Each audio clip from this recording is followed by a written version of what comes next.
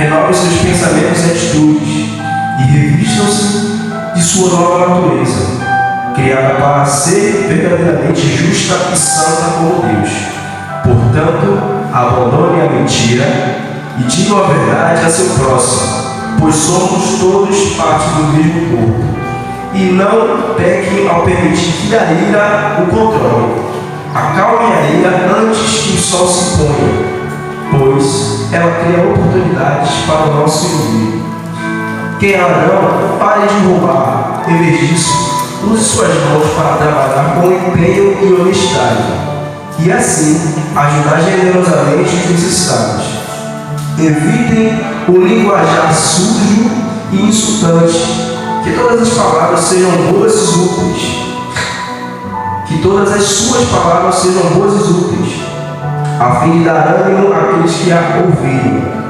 Não entristeça o Espírito Santo de Deus, o selo que Ele colocou sobre vocês, para o dia em que nos resgatará com sua propriedade. Livrem-se de toda amargura, raiva, ira, das palavras ásperas e de calúnia, e de todo tipo de maldade.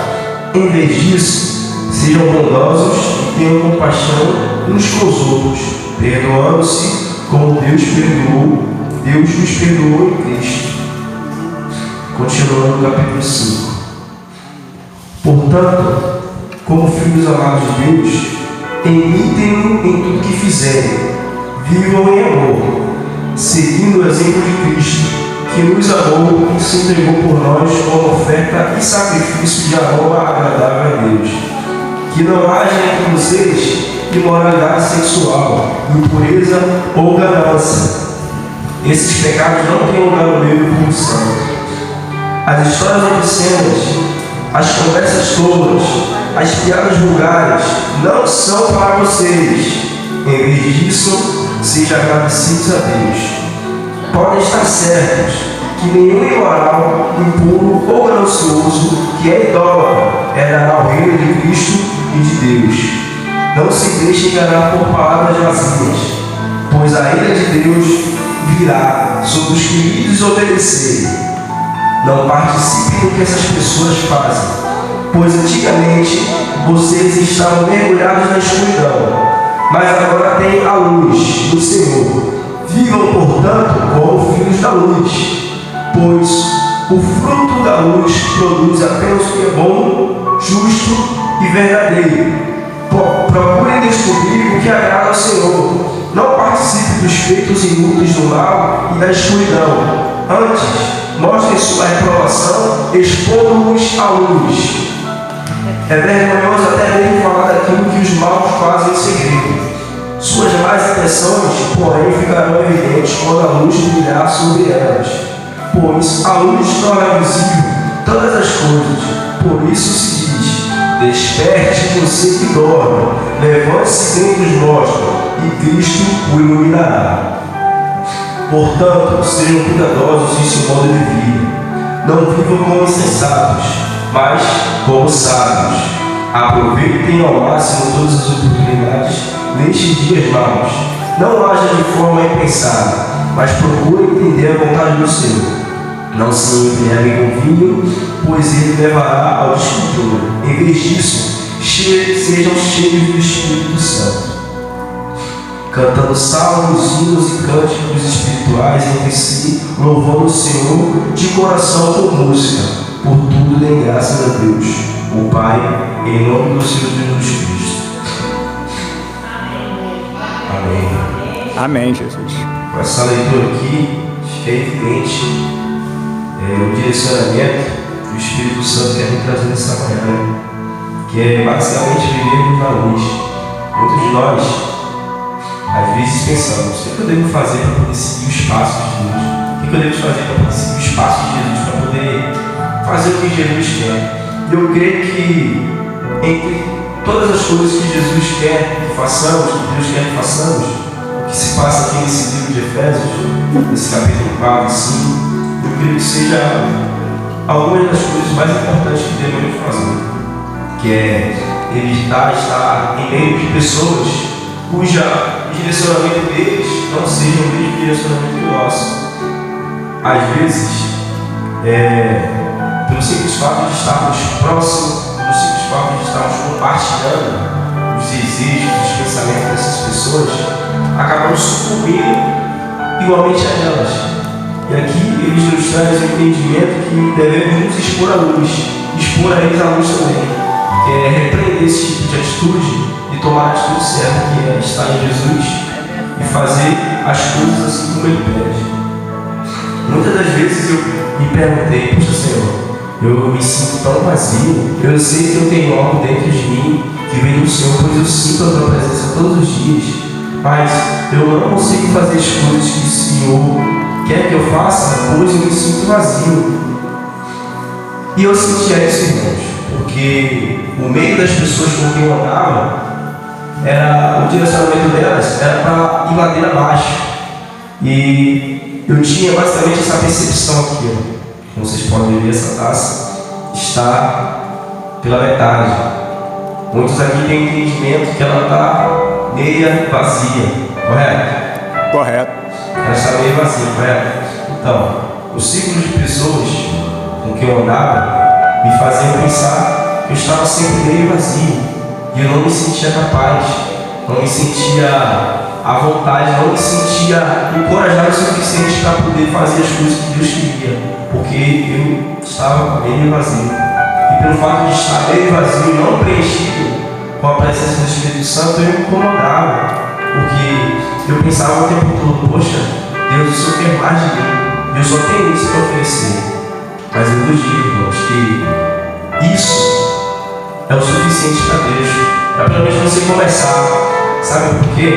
Porque na percepção das pessoas com quem eu andava, eu estava meio vazio, mas só que eu não parava para poder pensar que eu também estava meio cheio. Correto. Tudo isso que ainda pertencia, ainda estava aqui ocupando espaço, eu não enxergava, porque as pessoas, o círculo de pessoas com quem eu andava, faziam enxergar somente o lado vazio. E quando nós estamos andando em um caminho e nós enxergamos um obstáculo, a gente vai estagnar, vai se apegar ao obstáculo e vai esquecer do caminho que a gente tem que trilhar. E no momento que eu comecei a me atentar às coisas que Deus queria para a minha vida, que não era dar ouvidos a certos conselhos de certas pessoas, eu passei a querer ouvir mais de Deus. Não somente o que veio na minha mente que é de Deus, não, mas aquilo que está na Bíblia, aquilo que diz aqui em Efésios, que é estar na luz, que é fazer as coisas certas, que é perdoar os irmãos, que é buscar a palavra de Cristo. Tudo isso foi colocado num vazio na minha mente, porque eu só enxergava os obstáculos. Qual obstáculo? Eu sou pecador, mas eu esqueci que todos nós somos pecadores e quem nos justifica é Cristo. Então, irmãos, eu quero que vocês possam se atentar àqueles que pensam que não podem oferecer nada a Cristo. E sim, vocês podem, porque o Espírito Santo nos dá condição, não somente para poder enxergar aquilo que ainda temos, mas vamos supor que Deus seja essa garrafa e que o Espírito Santo seja o líquido que está dentro dela. Se você estiver no meio de pessoas que sejam consumidoras, aquilo que vai acontecer é o que está aqui, que é a presença do Espírito Santo na sua vida, vai ser consumida por aquelas pessoas que praticam coisas maléficas, que praticam os desejos da carne, que praticam somente coisas impuras. E essas pessoas consumidoras farão isso. Vão consumir aquilo que está dentro de você. Porém, Jesus, Ele consegue somar aquilo que tem, que é acrescentar mais do Espírito Santo. E Ele vai acrescentando. Glória a Deus. Na nossa vida. Aleluia. A ponto de preencher a nossa vida. E não somente preencher, porque quando nós estamos atentos à palavra de Deus, quando nós estamos atentos a tudo que Ele quer para a nossa vida, não somente a fazer as coisas que Ele quer que a gente faça, mas também não fazer as coisas que Ele não quer que a gente faça, porque eu creio que na minha vida, eu não sei na vida de muitos, mas o que acontece comigo não é pelo que eu faço, e sim pelo que eu não faço, que me desaponta, que é como se tivesse a flecha apontada no coração o tempo todo, dizendo: você não vai conseguir, pelo que você não faz. Mas eu entendo que no momento que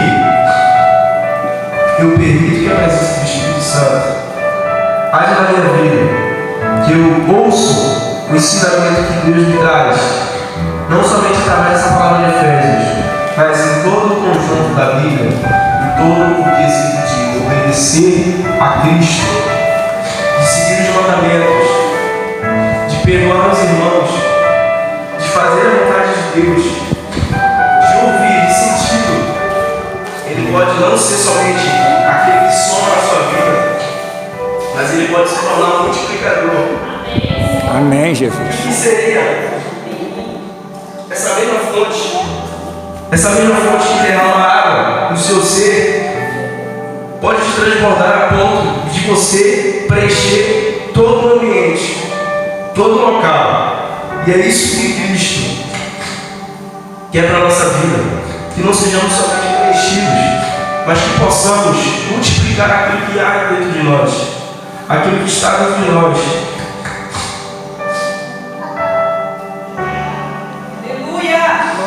Glória a Deus.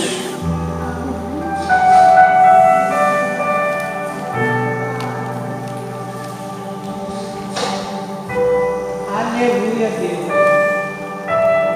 Oh Deus, engrandecido é o teu nome.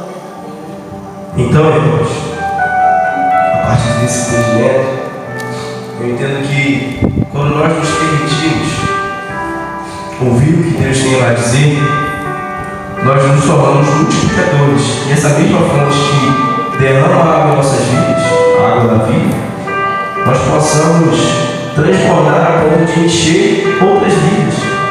Porque aqui diz: pois a luz torna visível todas as coisas, por isso se diz: desperte você que dorme.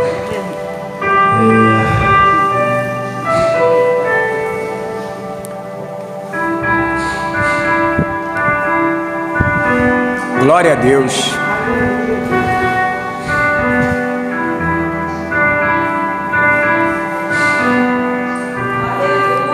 Aleluia, Jesus. Santo é o teu nome.